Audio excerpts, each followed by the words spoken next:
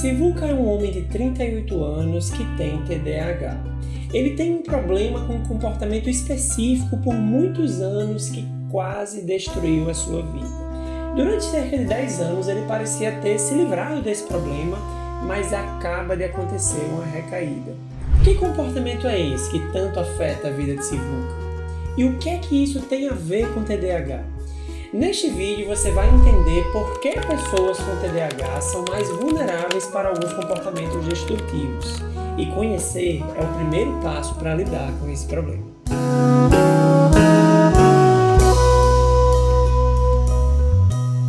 Olá, eu sou o Dr. Tiago Bezerril, médico e psiquiatra, e aqui eu te ajudo a entender melhor sobre psiquiatria e saúde mental. Se você gosta de vídeos como esse, já se inscreve no canal para acompanhar os próximos vídeos e dá um like aqui embaixo para sinalizar para o YouTube que esse vídeo é importante. Então me acompanhe aqui para entender mais detalhes sobre a história de Sivuca, lembrando que todas as histórias que eu trago aqui nos meus vídeos são representações, são na verdade casos da vida real, da minha experiência como psiquiatra em consultório, que eu acabo mudando a identificação, o nome da pessoa, alguns detalhes da história para dificultar a identificação, mas sempre trazendo com o objetivo de ilustrar melhor o aprendizado daquilo que eu estou querendo explicar. E a história de Sivuca é muito interessante porque vejam que, desde a infância, ele tinha as dificuldades clássicas de TDAH, dificuldades com foco, com atenção, com concentração, era hiperativo e também impulsivo. Esse é o TDAH misto, tem uma mistura de sintomas de problemas com as funções executivas, atenção, concentração, organização e problemas com hiperatividade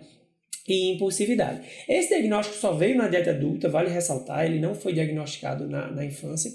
E a vida acadêmica dele foi marcada por algumas dificuldades. Ele finalizou o ensino médio com algumas dificuldades, né? Frequentemente ia para recuperação, nunca foi reprovado, mas era um aluno apenas mediano.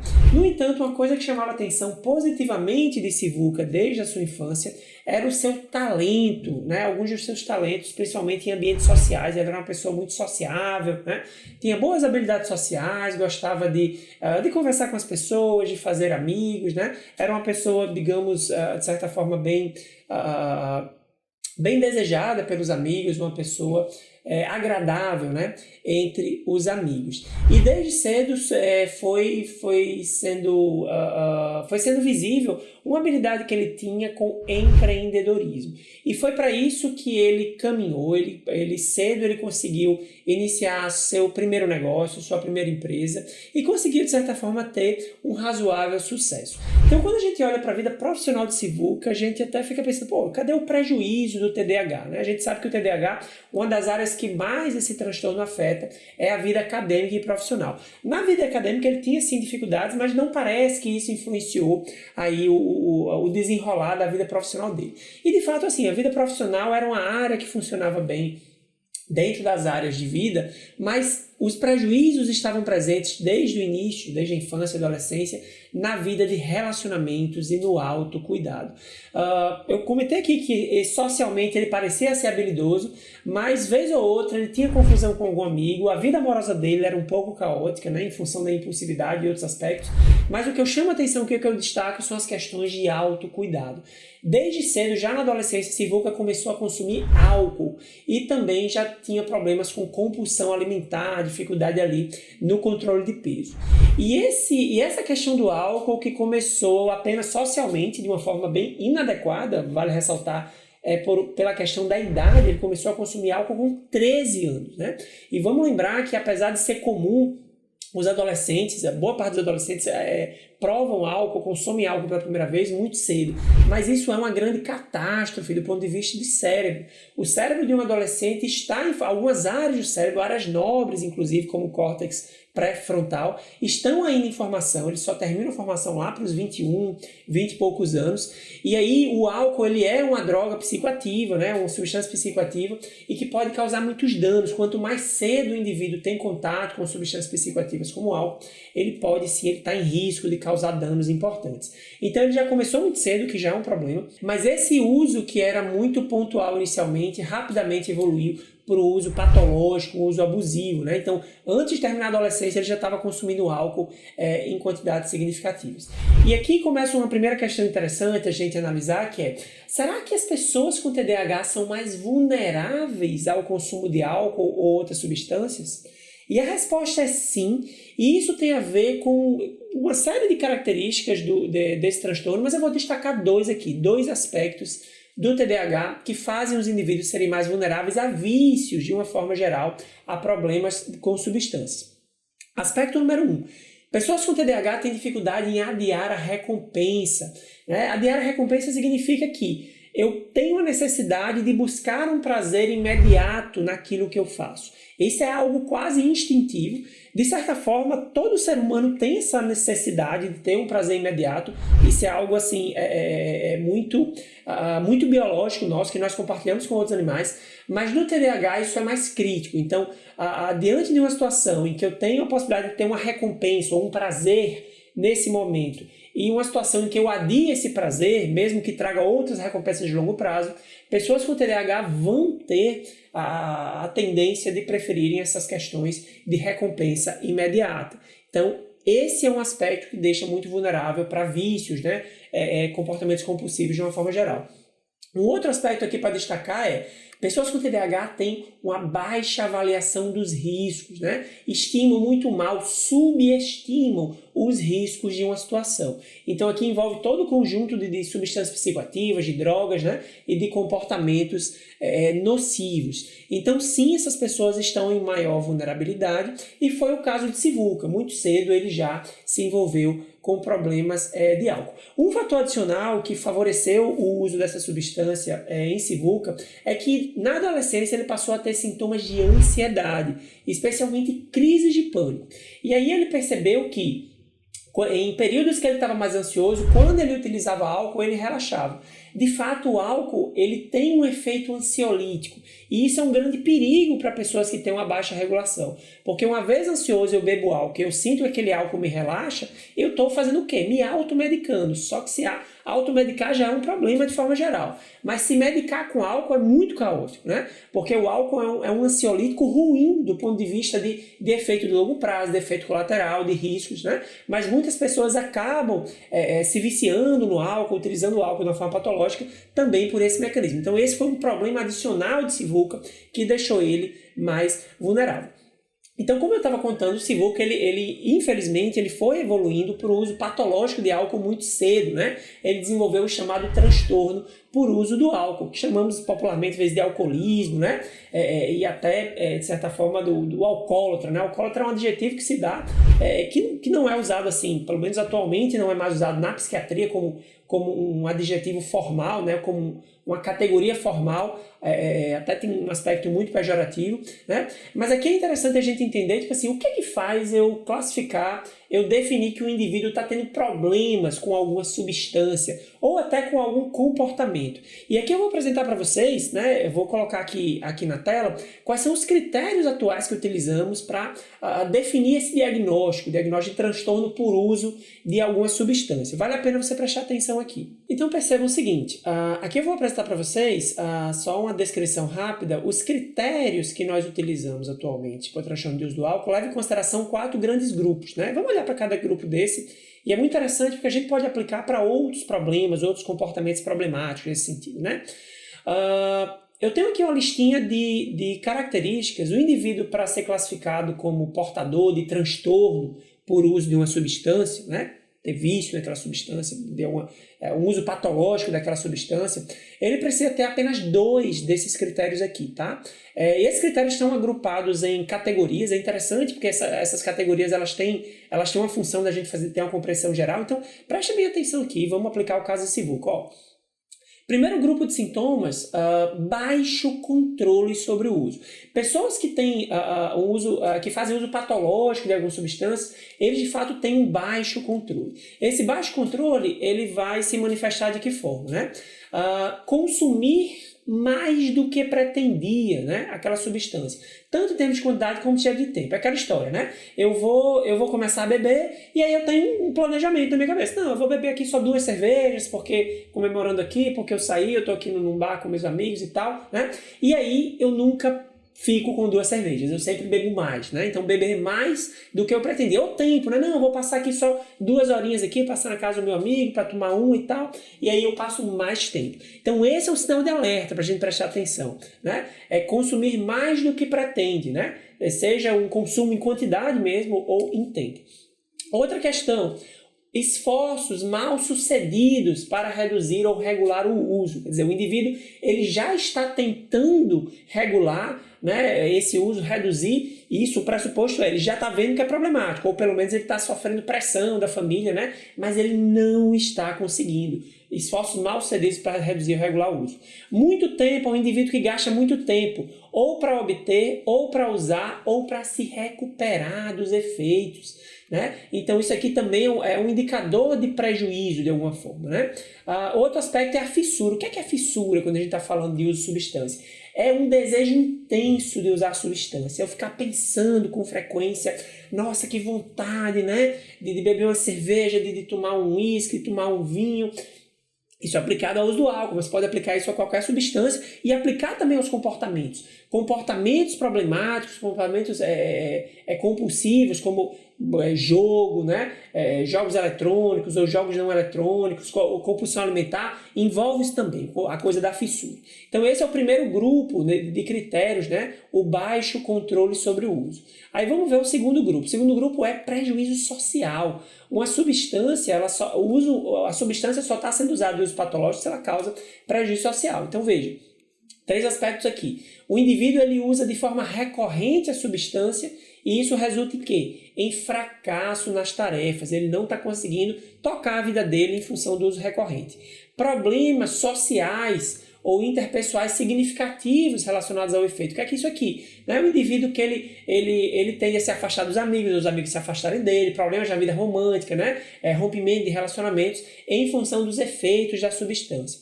Abandono ou redução das atividades pelo uso, ou seja, uma queda de produtividade. Isso também é muito visto aí no alcoolismo. E aqui o Sivuca, a gente viu, quando você vai olhar para a história dele, várias dessas questões já estavam presentes, né? Ele estava, a vida profissional dele de alguma forma estava sendo afetada, a vida pessoal dele, a vida interpessoal, as amizades, relacionamentos românticos muito afetado por esse fator aqui, chegou a ser muito afetado. Então a gente via que ele preenchia critério para isso. Outro grupo de critérios, o uso arriscado, é manifestado pelo quê? Uso recorrente envolvendo risco à integridade. O indivíduo, por exemplo, beber e dirigir, né? Uma coisa que parece, infelizmente, comum entre as pessoas, mas coloca o indivíduo em risco, outras pessoas em risco, né? O indivíduo que bebe se envolve em brigas, né? Isso acontecia muito com o Sivuca. Quando ele bebia, ele ficava muito descontrolado, ficava muito impulsivo, agressivo, né? Continua usando, mesmo sabendo que tem problemas de saúde relacionados à substância. É um indivíduo que sabe, ele já tem consciência de que o álcool, aquela substância, está causando problemas de saúde, sejam mentais, psiquiátricos ou sejam físicos, mas continua usando, né?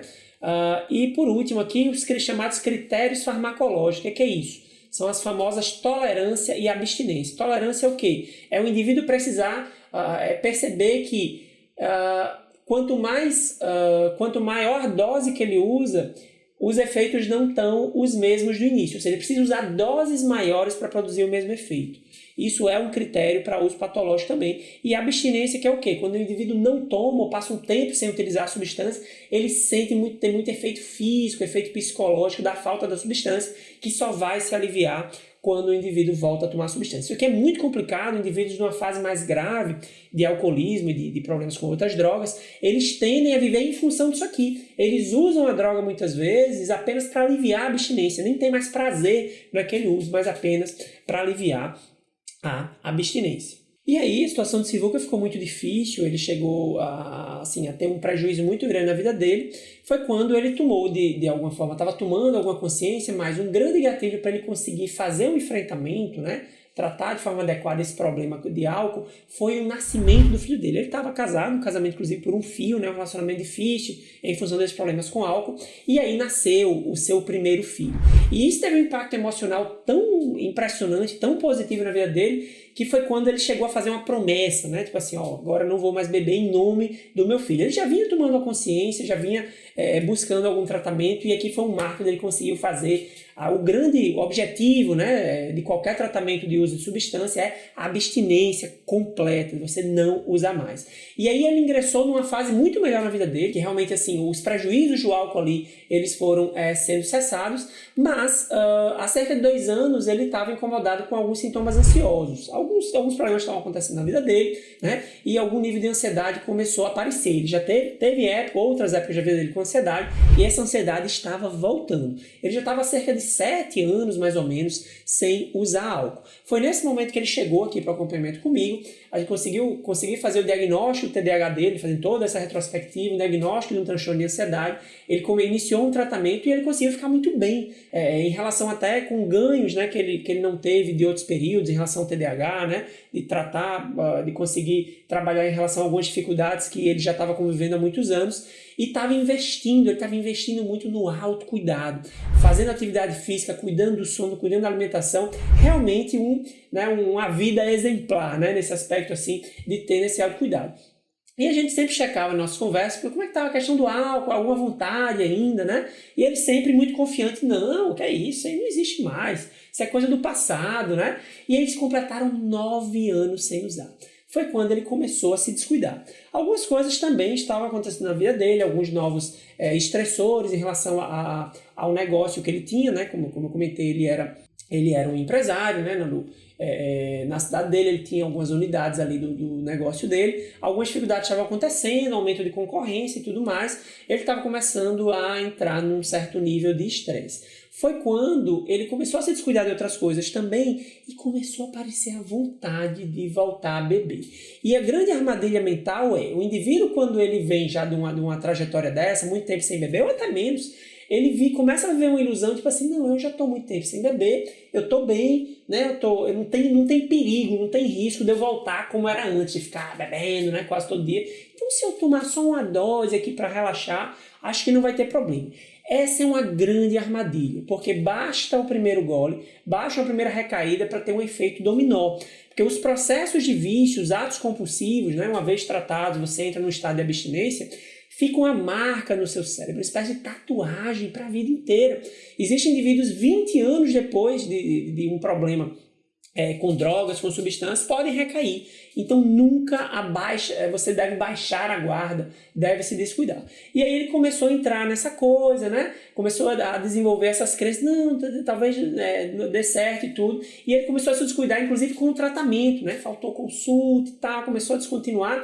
E aí ia haver uma comemoração da família dele. E aí ele planejou, né? Ele planejou mesmo, assim, não, eu vou beber só um pouco. E aí ele já começou a tirar o remédio. Ele fazia o uso contínuo de remédio, né? Para ansiedade, para TDAH. E ele pensou, não, vou começar, não, acho que eu estou bem também, não preciso desse remédio. Ele começou a se enganar. E foi quando ele teve a recaída. Ele bebeu apenas algumas cervejas num dia, aparentemente inocente, só que depois disso a coisa desandou muito rapidamente. Muito rapidamente, em poucos meses, ele voltou para o padrão anterior de uso do álcool, bebendo com muita frequência, em grande quantidade, e aí assim, a relação dele foi para o espaço, né? A esposa saiu de casa, né? Enfim, revivendo aí todo um processo muito difícil, né? Ele estava casado, né, com a esposa quando ele deixou o álcool da última vez, há 9 anos atrás, e aí foi quando ocorreu essa separação, né? A esposa saiu de casa, disse que não aguentava mais e tudo, e aí muitos meses depois, já com muito prejuízo desse retorno ao uso do álcool, desse uso patológico, ele volta, né, ele começa a desenvolver os insights, né, novamente, e volta para o tratamento, né? Então, nesse retorno do tratamento, a gente trabalhou com a abstinência completa dele, ele conseguiu novamente entrar em abstinência completa e está conseguindo ficar bem. Uma coisa interessante do caso desse VUCA é que um dos motivos, né, um dos gatilhos para ele realmente voltar a buscar um tratamento, um auxílio, além da separação, foram as crises de pânico que voltaram. Olha que interessante. Ele tem um histórico de crise de pânico, ele tem um transtorno de ansiedade, e no meio desse uso patológico de álcool, ele está começando a perceber o caos que estava virando a vida dele, ele começou a ter crise de pânico. Crise de pânico foi realmente um auxílio, né? Santa crise de pânico, ajudou realmente ele, né? Pode parecer estranho, né? Algo a mais, um problema a mais na vida dele, dele, mas foi um gatilho para que ele conseguisse conscientizar e voltar ao tratamento. E hoje ele segue bem, com alguns meses de abstinência, e mais consciente de que a abstinência precisa ser para a vida toda, né? Em casos como esse, né? que não há um uso seguro, né? Um indivíduo que já tem um histórico de uso patológico, compulsivo de uma substância, não há nível seguro para se utilizar. É necessário realmente a abstinência por uma vida inteira, né? Então, eu vou aqui resumir 3 lições dessa história, são interessantes para a gente estar refletindo, destacar da história de Sivuca. 3 lições importantes. Primeiro, não se descuidar, né? Não se descuidar nesse investimento de estilo de vida. Sivuca claramente se descuidou no tratamento, se descuidou nos seus hábitos e se descuidou na regra de manter a abstinência. Segundo ponto, não subestimar a cicatriz do vício, como eu expliquei. É uma espécie de cicatriz realmente que fica em termos cerebrais. O indivíduo que teve algum vício importante ao longo da vida, ele poderá ter uma recaída se houver esse descuido. Né? Haverá sempre essa tendência, mesmo que passe 10, 20, 30 anos. Claro que quanto mais tempo em abstinência, mais fortalecido você está, menor o risco, mas o risco ele sempre existe. E terceira lição importante dessa história de Sivuca, entender a necessidade de entendermos as nossas vulnerabilidades na questão dos controles de impulso. Existem pessoas que naturalmente têm dificuldade com essa autorregulação, com esse controle de impulso. Aqui eu incluo as pessoas com TDAH, em sua maioria, tem a dificuldade no chamado controle inibitório, que é justamente conseguir fazer essa regulação, ter a vontade de fazer algo e conseguir fazer esse julgamento. Não, será que esse algo que eu quero fazer é saudável, é o melhor para mim? Né? Sivuca claramente tinha uma dificuldade com isso. Então, e mesmo quem não tem TDAH, existem pessoas que não têm TDAH e também têm problemas com impulsos, né? Até fazendo parte de outros transtornos mentais. Então, a gente precisa se conscientizar desse nosso limite, dessa nossa vulnerabilidade. Pessoas que são impulsivas, elas precisam ter um cuidado adicional nos seus hábitos, na forma como estão gerenciando as suas rotinas. E assim chegamos ao final do vídeo de hoje, em que eu te contei a história do Sivuca, um homem que tem TDAH com histórico de abuso, de uso patológico de álcool, que depois de longa temporada de 9 anos de abstinência, teve uma recaída. Uma história com lições importantes sobre compulsão, impulsividade, TDAH, estilo de vida. Se você gostou desse vídeo, deixa o like aqui embaixo. Pode deixar aqui no comentário alguma dúvida que tenha ficado sobre esse assunto. Vou ter o maior prazer em te esclarecer. Até o próximo vídeo.